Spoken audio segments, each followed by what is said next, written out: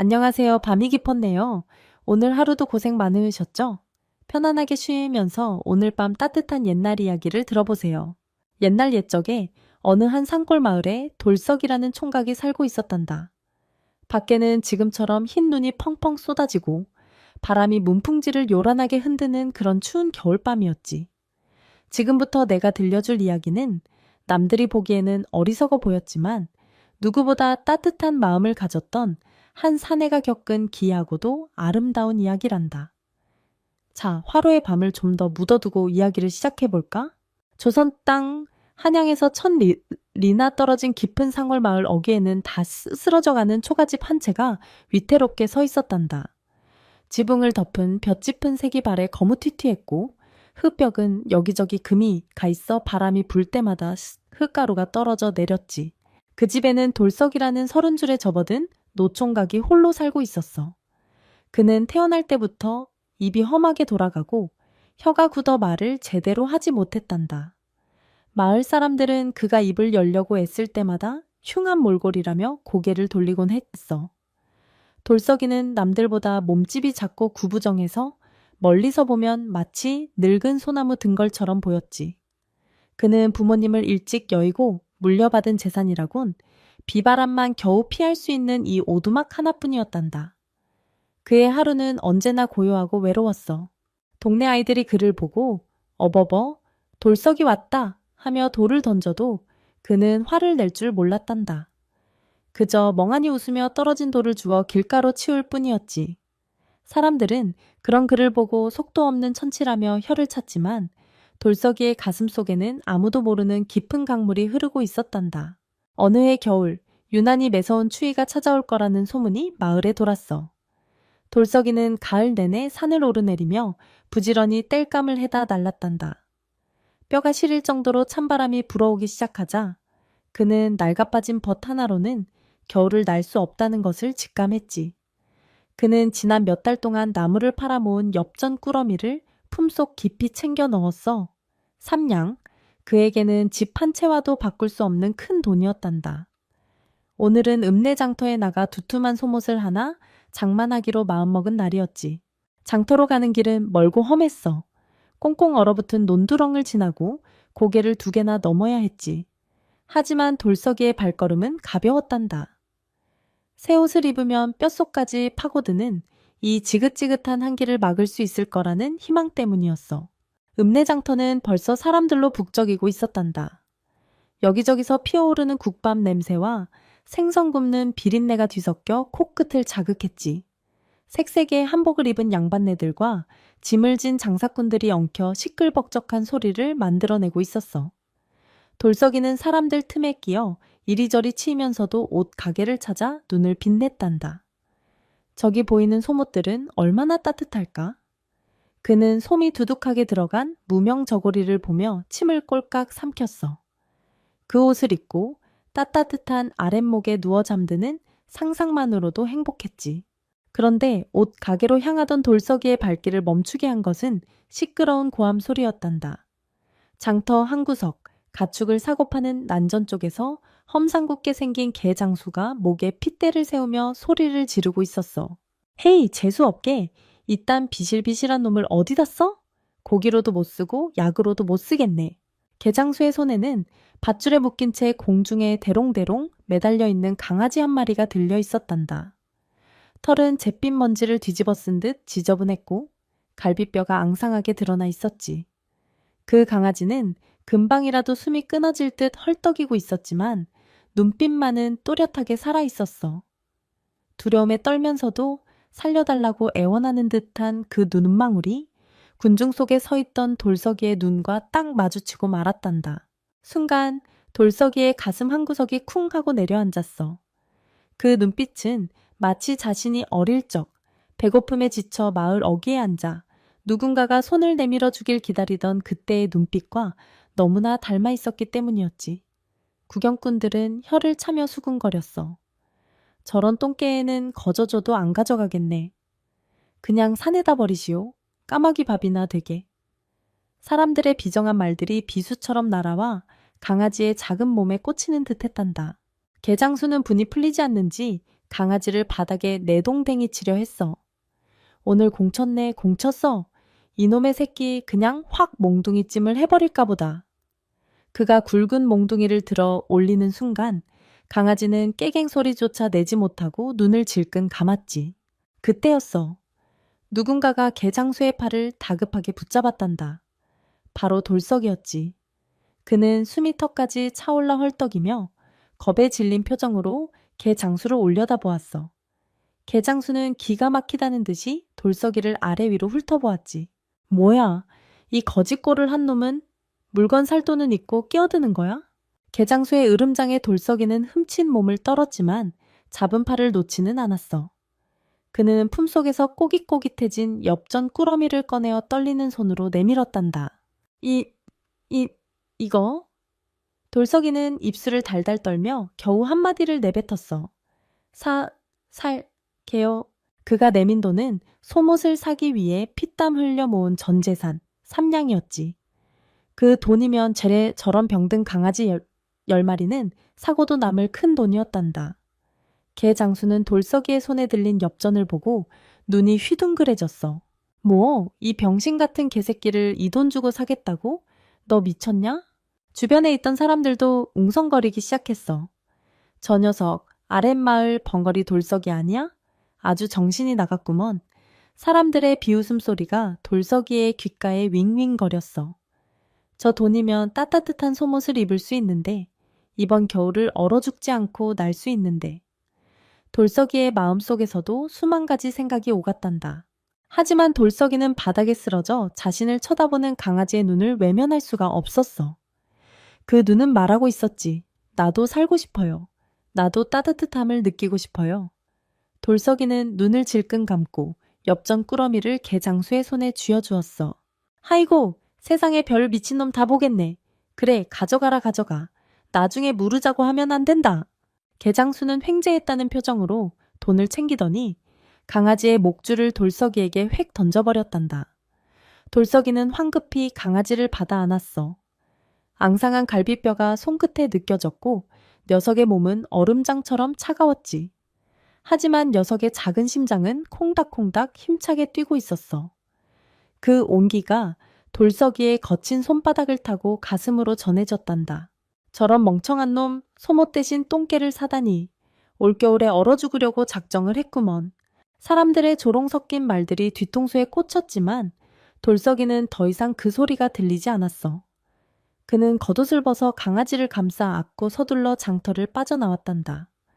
돌아오는 길 해는 서산으로 넘어가고 있었고 바람은 더욱 거세졌어. 소모덕 없이 얇은 벗만 입은 돌석이의 몸은 사시나무 떨듯 떨렸지. 입술은 파랗게 질리고 손가락 마디마디가 끊어질 듯 아팠어. 하지만 품 안에 안긴 강아지가 낑낑거리며 그의 가슴을 파고들 때마다 돌석이는 이상하게도 마음이 따뜻해지는 것을 느꼈단다. 미안해, 줍지? 돌석이는 말을 더듬으며 품속의 작은 생명에게 속삭였어. 강아지는 대답이라도 하듯 돌석이의 언턱을 혀로 핥아주었지. 세상 천지 그 누구도 돌석이에게 해주지 않았던 따뜻한 위로였어. 돌석이는 그제야 비로소 자신이 오늘 한 일이 헛되지 않았음을 깨달았단다. 어둠이 짙게 깔린 산길을 걸으며 돌석이는 앙상한 나무들을 바라보았어. 겨울바람에 잎을 다 떨구고 벌거벗은 나무들이 마치 자신의 처지 같았지. 하지만 그 나무들도 뿌리만 살아있으면 언젠가 봄을 맞이하듯 돌석이에게도 이 작은 강아지가 봄이 되어줄 것만 같았어. 집에 도착했을 때 초가집은 냉골이나 다름없었어. 아궁이에 불을 지필 땔감도 넉넉지 않았지. 돌석이는 남은 솔가지들을 몽땅 긁어 모아 아궁이에 넣고 불을 붙였어.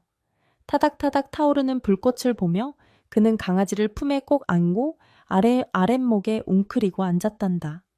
이름, 복구야. 돌석이는 강아지의 머리를 쓰다듬으며 이름을 지어주었어. 복이 굴러 들어오라는 뜻에서 지은 이름이었지. 복구는 돌석이의 마음을 아는지 꼬리를 살랑거리며 그의 품을 파고들었어.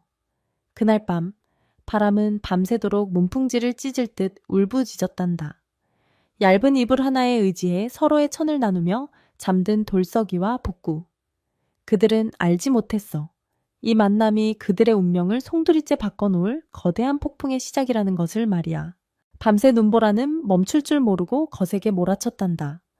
문풍지는 찢어질 듯 비명을 질렀고 낡은 촉갓집은 거센 파도 앞의 쪽배처럼 위태롭게 흔들렸지. 하지만 그 작고 허름한 방 안에는 세상 어느 곳보다 따뜻한 온기가 피어오르고 있었어. 바로 돌석이와 복구가 나누는 마음의 온기였단다. 돌석이는 아궁이 잔열이 남은 아랫목에 복구를 뉘어놓고 부엌 한 구석에서 마지막 남은 고구마 한 개를 꺼내왔어. 잿더미 속에서 익힌 고구마는 시커멓게 탔지만 껍질을 벗기자 노란 속살에서 하얀 김이 모락모락 피어올랐지. 달콤한 냄새가 방 안가득 퍼졌단다. 복구야, 이거 먹어. 돌석이는 뜨거운 고구마를 후후 불어 식힌 다음 큼지막하게 떼어 복구의 입가에 가져다 대었어. 복구는 코를 킁킁거리더니 허겁지겁 고구마를 받아먹기 시작했단다. 얼마나 배가 고팠는지 씹지도 않고 삼키는 것만 같았지. 돌석이는 그 모습을 보며 희죽희죽 웃었어. 자신이 배고픈 건 까맣게 잊은 채 말이야. 녀석이 오물오물 먹는 모습만 봐도 배가 부르다는 말이 무슨 뜻인지 돌석이는 난생 처음 깨닫게 되었단다. 그는 남은 부스러기를 자신의 입에 털어넣으며 행복에 잠겼지. 사람들은 내 말이 듣기 싫대. 돌석이는 무릎에 머리를 기대고 누운 복구의 등을 쓰다듬으며 조용히 속삭였어. 그런데 너는 잘 들어주네? 복구는 돌석이의 눈을 빤히 쳐다보며 마치 그의 말을 다 알아듣는다는 듯 꼬리를 탁탁 바닥에 쳤단다. 그렇게 둘은 서로의 천의 의지에 깊은 잠에 빠져들었어. 꿈속에서 돌석이는 말을 더듬지 않았고 복구는 튼튼한 다리로 들판을 뛰어다녔지. 하지만 그 평화로운 꿈은 다음 날 아침 거칠게 문을 박차고 들어온 불청객에 의해 산산조각이 나고 말았단다. 이놈 돌서가 해가 중천에 떴는데 아직도 자빠져 자는 개냐. 천둥 같은 고함 소리와 함께 낡은 방문이 덜컹거리며 열렸어. 찬바람과 함께 방 안으로 들이닥친 사람은 바로 이 마을의 지독한 구두소이자 땅 주인인 맹진사였단다. 맹진사는 두툼한 비단옷을 겹겹이 껴입고 곰방대를 문 채 험상궂은 표정으로 방 안을 훑어보았어. 그의 눈이 돌석이의 품에 안겨 떨고 있는 복구에게 멈춰섰을 때 맹진사의 미간이 찌푸려졌지. 아니, 이게 웬 개새끼야? 내 놈이 제정신이냐? 돌석이는 화들짝 놀라 일어나 앉으며 복구를 등 뒤로 숨겼어. 나으리, 오이 오셨습니까? 그는 덜덜 떨며 머리를 조아렸지. 맹진사는 흑투성이 신발을 신은 채 방 안으로 성큼성큼 들어와 돌석이의 정강이를 툭 걷어찼단다. 내 돈은 밀린 도지를 내놓으라고 했더니 돈이 없다고 징징 짜던 놈이 개새끼 거둘 돈은 있었더냐? 맹진사의 목소리에는 가시가 돋쳐 있었어. 그는 돌석이가 꼬깃꼬깃 모아둔 엽전으로 도지를 갚는 대신 강아지를 샀다는 소문을 이미 듣고 온 게 분명했지. 잘못했습니다. 꼭 갚겠습니다. 돌석이는 바닥에 이마를 찌으며 애원했어. 하지만 맹진사의 눈에는 자비라고는 눈꼽만큼도 없었단다. 그는 곰방대로 돌석이의 어깨를 쿡쿡 찌르며 비릿한 웃음을 흘렸어. 갚아? 내 놈이 무슨 수로? 나무를 해다 팔아봤자 입에 풀칠하기도 바쁜 주제에. 맹진사는 방 안을 둘러보다가 차가운 눈빛을 번뜩였어. 안 그래도 내 마구간을 늘려야 해서 이 땅이 필요하던 참이다. 당장 방 빼거라. 청천벽력 같은 소리였어. 한겨울에 집에서 쫓겨나면 얼어 죽는 수밖에 없었지. 돌석이는 맹진사의 바짓가랑이를 붙잡고 매달렸어. 나으리, 제발 갈 곳이 없습니다. 그의 눈에서 굵은 눈물방울이 뚝뚝 떨어져 내렸단다. 맹진사는 귀찮다는 듯 돌석이를 발로 밀어내며 곰방대 연기를 길게 내뿜었어. 그러다 문득 무슨 생각이 났는지 교활한 눈빛으로 돌석이를 내려다보았지. 정갈 곳이 없다면 방법이 하나 있긴 하다만 내 놈이 담력이 있을지 모르겠구나. 돌석이는 고개를 번쩍 들고 맹진사를 바라보았어. 지푸라기라도 잡고 싶은 심정이었지. 맹진사는 크크거리며 북쪽 산등성이를 손가락으로 가리켰어. 저기 산 중턱에 있는 흉가 알지? 귀신이 나온다고 소문나서 10년째 비어있는 그 기와집 말이다. 마을 사람들은 그곳을 도깨비집이라 불렀단다. 밤마다 기괴한 울음소리가 들리고 들어간 사람은 미치거나 죽어서 나온다는 저주받은 집이었지. 맹진사는 그 집의 주인이었지만 흉흉한 소문 때문에 팔지도 못하고 골머리를 앓고 있었던 거야. 내가 그 집에 들어가서 집을 지키겠다면 밀린 도지는 없는 셈 쳐주마. 그리고 겨울을 날 동안은 쫓아내지 않으마. 어떠냐? 맹진사의 제안은 사실상 죽으러 가라는 말이나 다름없었어. 하지만 돌석이에게는 선택의 여지가 없었단다. 가겠습니다. 돌석이는 입술을 깨물며 대답했어. 길바닥에서 얼어 죽으나 귀신에게 잡혀 죽으나 매 한 가지라고 생각했지. 오히려 당장 복구를 추위에서 구할 수 있는 지붕이 생긴다는 것만으로도 감지덕지했단다. 좋아, 사내 대장부가 한 입으로 두말하기 없기다. 당장 짐 싸서 올라가라. 내일 아침에 내가 확인하러 갈 테니 그때까지 살아있으면 다행이고. 맹진사의 비웃음 소리가 눈 덮인 마당에 메아리 쳤지. 돌석이는 주섬주섬 짐을 챙기기 시작했어. 짐이라고 해봤자 낡은 이불 한 채와 깨진 그릇 몇 개, 그리고 낫 한 자루가 전부였단다. 그는 짐 보따리를 등에 메고 복구를 품에 소중히 안은 채 정들었던 초가집을 나섰어. 마을을 지나 산으로 향하는 길, 사람들은 돌석이를 보고 수군거렸어. 저거 봐, 기어이 쫓겨나는구먼. 어디로 간대? 북쪽 산? 아이고 맙소사, 제 발로 무덤을 찾아가는구나. 사람들의 눈빛에는 동정보다는 호기심과 공포가 서려 있었지. 산길은 가파르고 험했어. 무릎까지 쌓인 눈을 헤치며 걷는 일은 고역이었단다. 돌석이의 숨소리는 거칠어졌고 발가락은 동상에 걸릴 듯 욱신거렸어. 하지만 품속의 복구가 꼼지락거리며 천을 전해올 때마다 그는 다시 힘을 내어 발을 내디뎠지. 한참을 올라가니 앙상한 가지만 남은 고목들 사이로 거대한 기와집이 모습을 드러냈어. 한때는 위풍당당했을 대문은 반쯤 기울어져 있었고 담장은 곳곳이 허물어져 있었지. 마당에는 잡초와 가시덤불이 사람 키만큼 자라 음산한 기운을 뿜어내고 있었단다. 바람이 불 때마다 낡은 문짝들이 삐걱거리며 기분 나쁜 소리를 냈어. 마치 오지 마라, 오지 마라 하고 속삭이는 것 같았지. 하늘에는 까마귀 떼가 빙빙 돌며 불길하게 울어댔어. 보통 사람이라면 오금이 저려 도망쳤을 광경이었단다. 하지만 돌석이는 도망치지 않았어. 그는 인간 세상에서 받은 멸시와 조롱이 귀신보다 더 무서웠거든. 목구야, 여기가 우리 새집이야. 돌석이는 떨리는 목소리로 말하며 힘겹게 기울어진 대문을 밀었어. 끼익 녹슨 경첩이 비명을 지르며 문이 열렸지. 마당에 들어서자 냉기가 훅 끼쳐왔어. 사람의 온기가 끊긴 지 오래된 집 특유의 서늘함이었지. 곳곳에 거미줄이 하얗게 쳐져 있었고 기둥 틈새에는 정체 모를 벌레들이 기어다녔어. 하지만 돌석이는 두려움을 꾹 누르고 본체 쪽으로 걸음을 옮겼단다. 그는 가장 덜 부서진 사랑방 문을 열었어. 먼지가 뽀얗게 쌓인 방 안은 어두컴컴했지.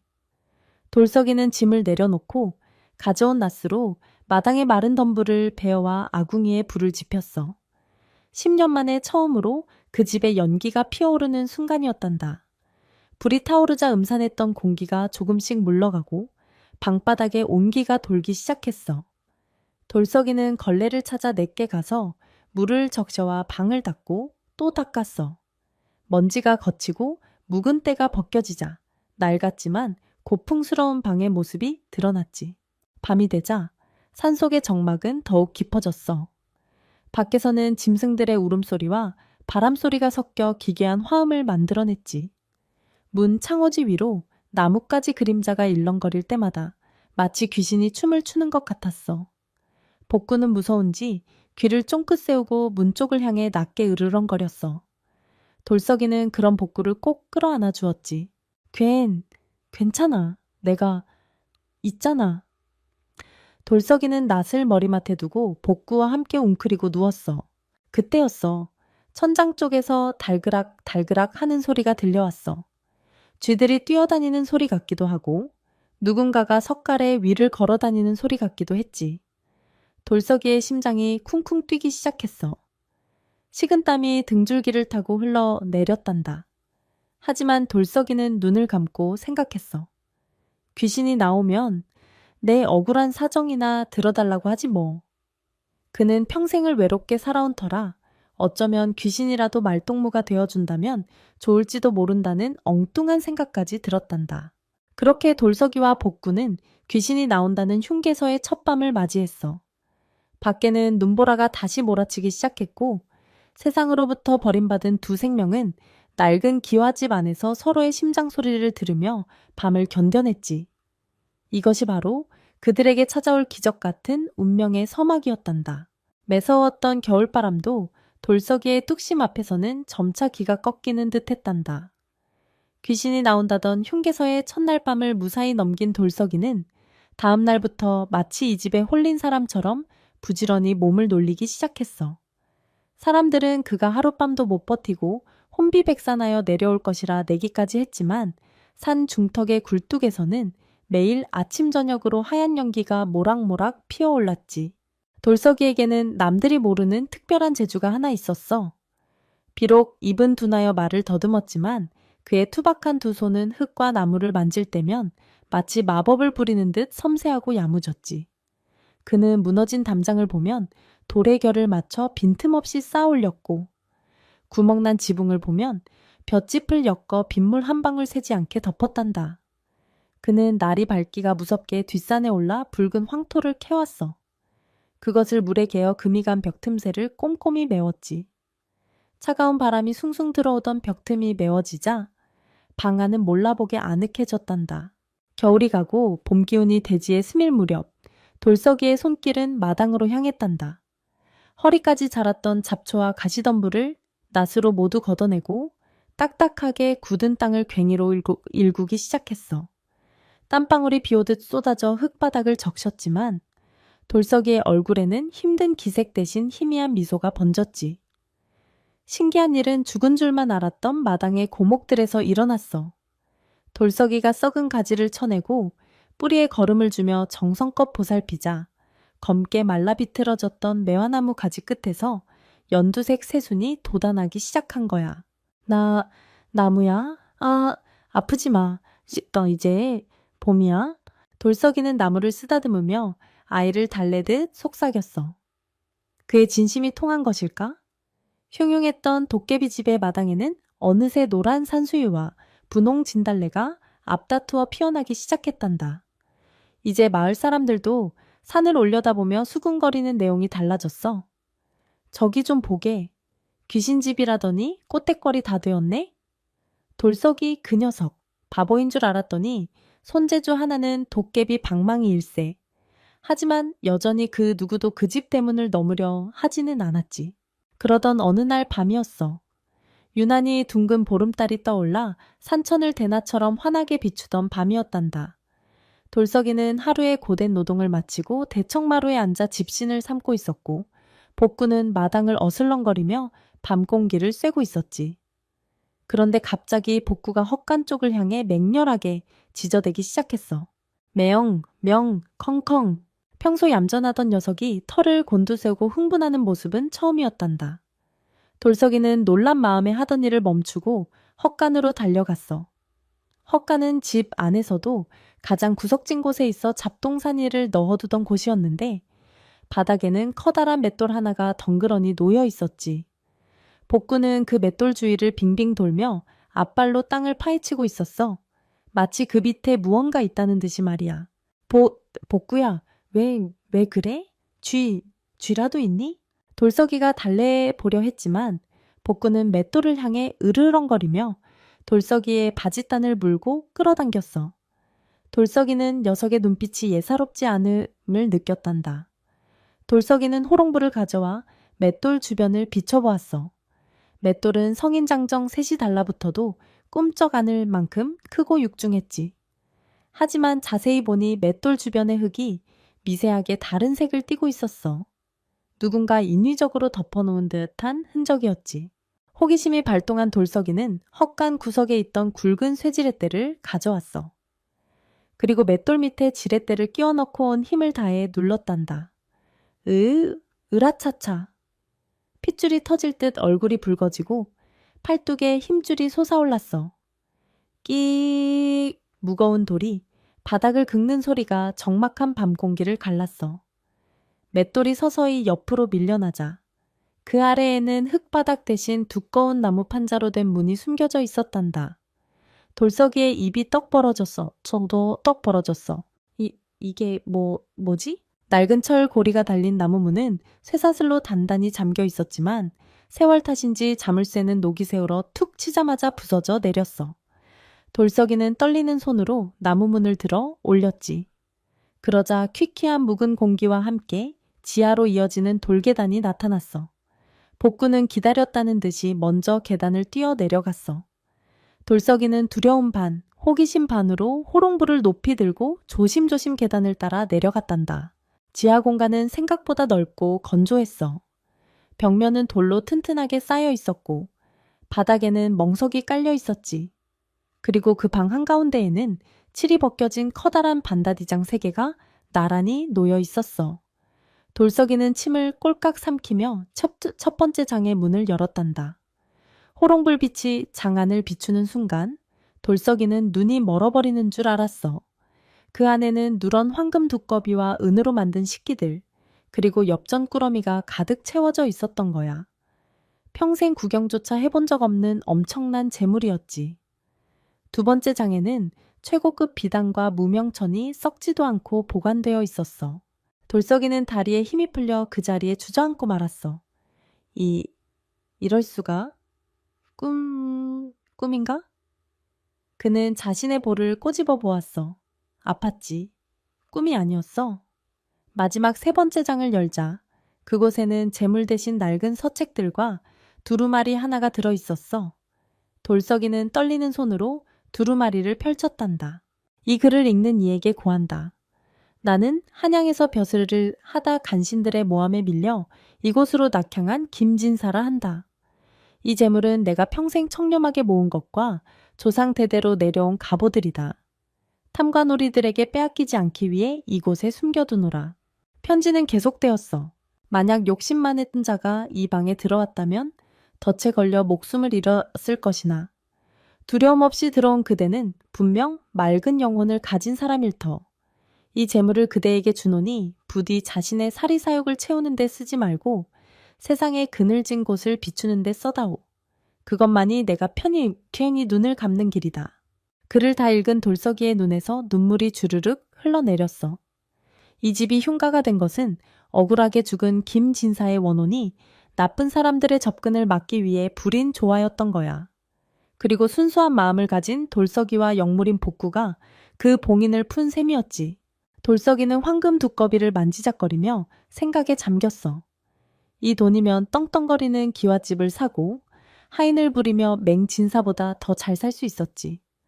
하지만 돌석이의 머릿속에는 굶주림에 떨던 지난 겨울의 기억과 자신처럼 힘들게 살아가는 이웃들의 얼굴이 스쳐 지나갔단다. 나는 약속을 지킬 거야. 돌석이는 복구를 꼭 끌어안으며 다짐했어. 그는 금괴 하나만을 꺼내 품에 넣고 나머지는 다시 장 속에 넣어 단단히 잠갔단다. 그리고 맷돌을 원위치로 돌려놓아 감쪽같이 숨겼지. 다음 날부터 마을에는 기이한 일이 벌어지기 시작했어. 읍내 쌀가게에 정체불명의 손님이 나타나 쌀 수십 가마니를 주문하고는 밤이 깊으면 마을의 가난한 독거노인이나 과부댁 문 앞에 쌀가마니를 몰래 놓고 사라진다는 소문이었지. 뿐만이 아니었어. 장마 때마다 물이 불어 끊어지던 마을 어귀의 나무다리가 하룻밤 사이에 튼튼한 돌다리로 바뀌어 있기도 했고 서당에 다닐 형편이 안 되는 아이들의 집에는 책과 붓, 먹이 놓여 있기도 했단다. 사람들은 이 모든 일이 도깨비의 조화라고 믿었어. 산신령님이 우리 마을을 굽어 살피시는 게야. 아니지, 돌석이가 들어간 그 도깨비집 귀신이 마음을 고쳐먹고 복을 주는 걸지도 몰라. 하지만 그 모든 일의 범인은 바로 돌석이었단다. 그는 밤이 되면 보찜장수처럼 변장하고 읍내로 나가 금을 돈으로 바꾼 뒤 필요한 물건들을 사서 남몰래 선행을 베풀었어. 낮에는 여전히 어수룩한 돌서기로 돌아와 밭을 갈고 나무를 했지. 그의 표정은 예전에 주눅든 모습이 아니었어. 어깨는 펴졌고 눈빛에는 생기가 돌았으며 무엇보다 입가에는 늘 넉넉한 웃음이 머물러 있었단다. 가진 것이 많아서가 아니라 나눌 수 있다는 기쁨이 그를 변화시킨 거야. 복구 또한 몰라보게 달라졌어. 비쩍 말랐던 몸은 윤기가 흐르는 황금빛 털로 덮였고 가슴팍은 떡 벌어져 늠름한 사냥개의 풍채를 갖추게 되었지. 녀석은 언제나 돌서기의 곁을 그림자처럼 지키며 주인을 우습게 보는 사람이 있으면 낮은 목소리로 으르렁거려 길을 꺾어 놓았단다. 하지만 세상에 영원한 비밀은 없는 법. 돌서기의 오두막이 날이 갈수록 번듯해지고 그가 읍내 장터에서 비싼 물건들을 사서 사라진다는 소문이 꼬리에 꼬리를 물고 퍼져나갔어. 그리고 그 소문은 마침내 탐욕스러운 맹진사의 귀에까지 들어가고 말았지. 어느 날 저녁, 맹진사는 사랑방에 앉아 하인의 보고를 듣고 무릎을 탁 쳤어. 뭐라? 그 벙어리 녀석이 금덩어리를 들고 쌀집을 드나든다고? 게다가 그 귀신 나오던 집이 지금은 고래등 같은 기와집 꼴을 하고 있다고? 맹진사의 가느다란 눈이 뱀처럼 번뜩였어. 그놈이 분명 그 집에서 무언가를 찾아낸 게야. 그렇고 말고 옛날 김진사가 숨겨놓았다는 보물 이야기가 헛소문이 아니었어. 맹진사는 곰방대를 재떨이에 신경질적으로 털어내며 벌떡 일어났어. 채비를 해라. 내일 날이 밝는 대로 그놈을 족치러 갈 것이다. 내 땅, 내 집에서 나온 물건은 모두 내 것이지. 감히 천한 놈이 내 물건에 손을 대? 탐욕에 눈이 먼 맹진사의 얼굴이 붉게 달아올랐어. 그는 자신의 하인들과 건장한 왈패들을 모아 산으로 올라갈 준비를 서둘러왔단다. 평화롭던 산속기와 집에 검은 먹구름이 몰려오고 있었지. 돌석이는 그날 밤 따라 잠을 이루지 못했어. 복구도 불안한 듯 마당을 서성거리며 산 아래쪽을 향해 지저댔지. 밤바람에 실려오는 공기가 예전과는 다르게 비릿하고 무거웠어.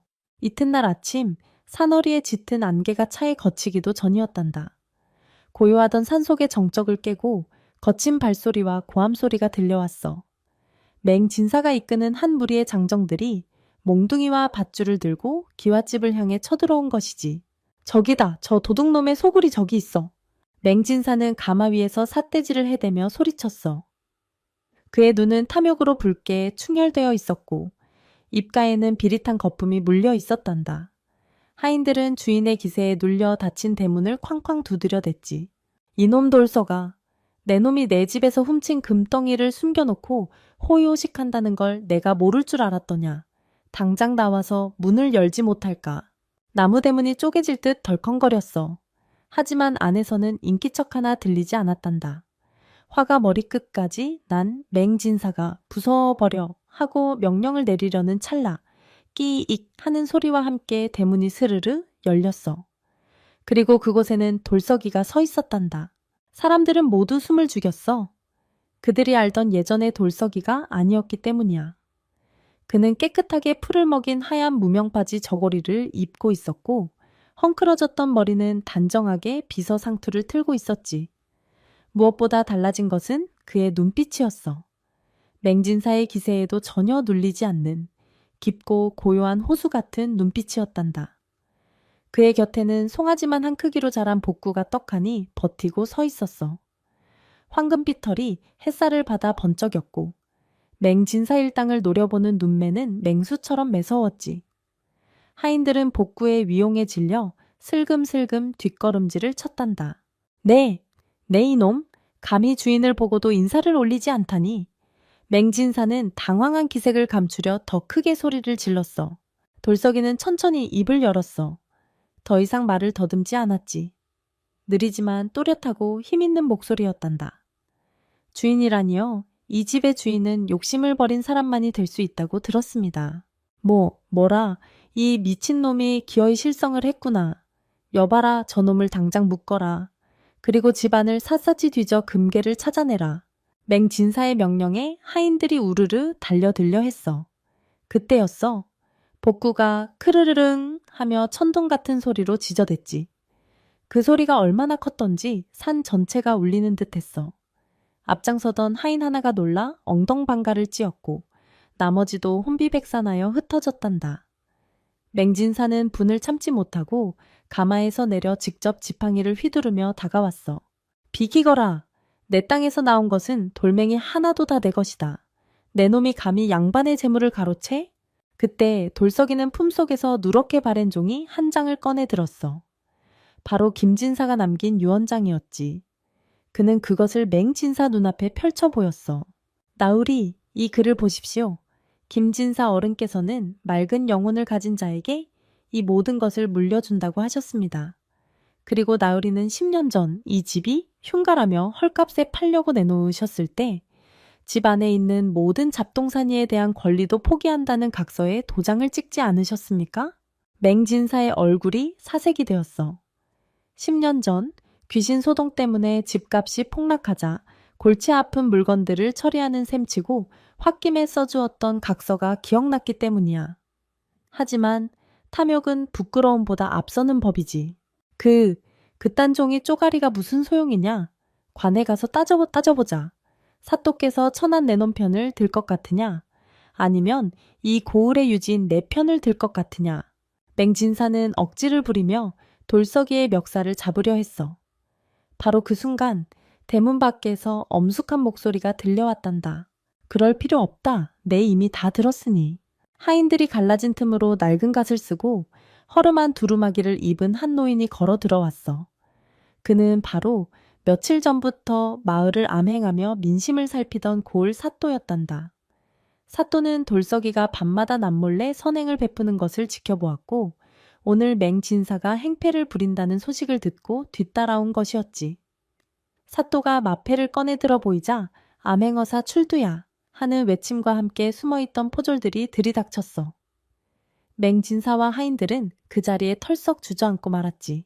마행진사 듣거라. 사또의 서리빨 같은 호통이 이어졌어.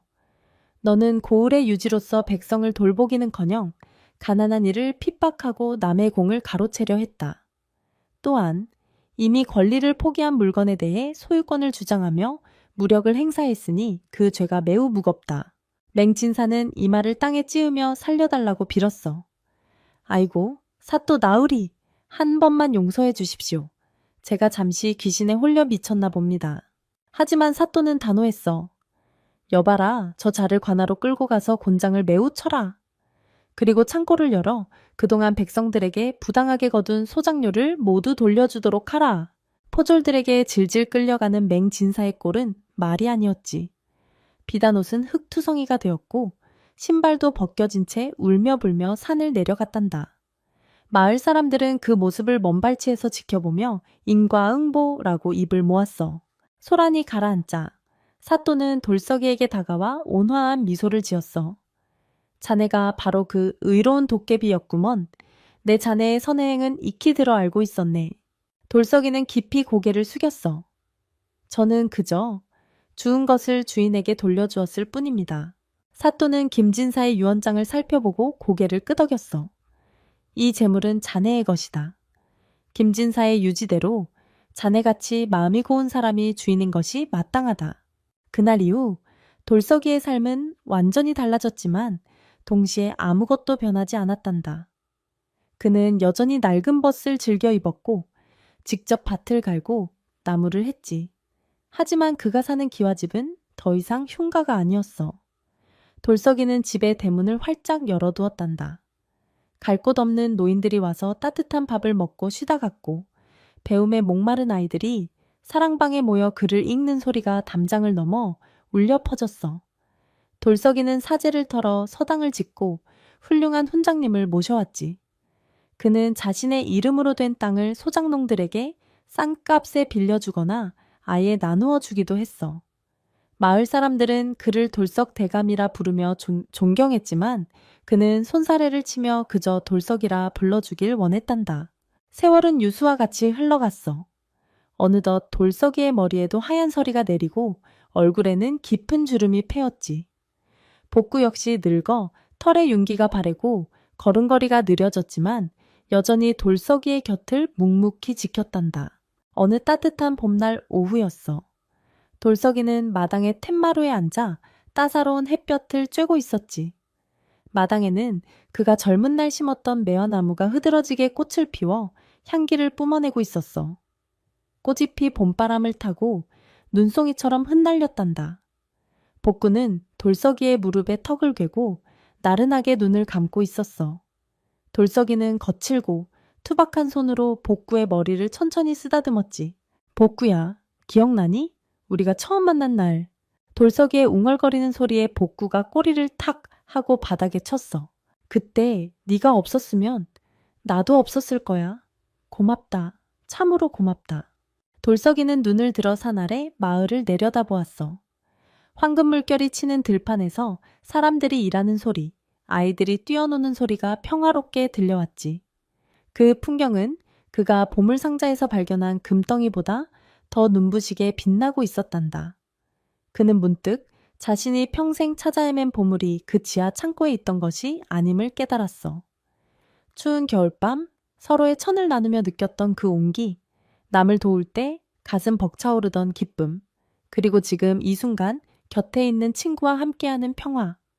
이것이야말로 진짜 보물이었던 거야. 돌석이는 미소를 머금은 채 조용히 눈을 감았어. 바람이 불어와 매화 꽃잎 하나가 그의 무릎 위에 잠든 복구의 코끝에 살포시 내려앉았단다. 그 모습은 마치 한 폭의 그림처럼 고요하고 아름다웠어.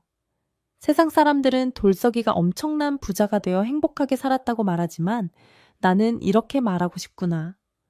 그는 부자가 되어서 행복한 것이 아니라 마음을 나눌 줄 알았기에 세상에서 가장 부유한 사람이었다고 말이야.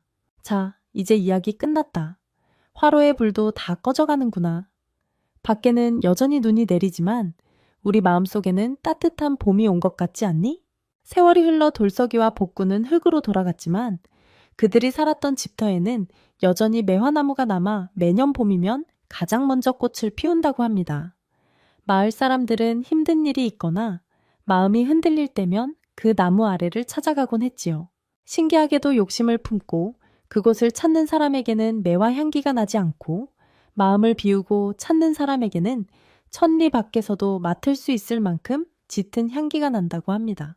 지금도 한국의 어느 깊은 산골 마을에 가면 말 더듬는 총각과 털이 빠진 강아지가 서로를 의지하며 걸어가는 모습을 볼 수 있을지도 모릅니다. 만약 그들을 만난다면 비웃지 말고 따뜻한 눈인사를 건네주세요. 어쩌면 그들이 당신에게 진짜 보물이 묻혀 있는 곳을 알려줄지도 모르니까요. 바로 당신의 가슴 속 따뜻한 마음이 있는 그곳 말입니다.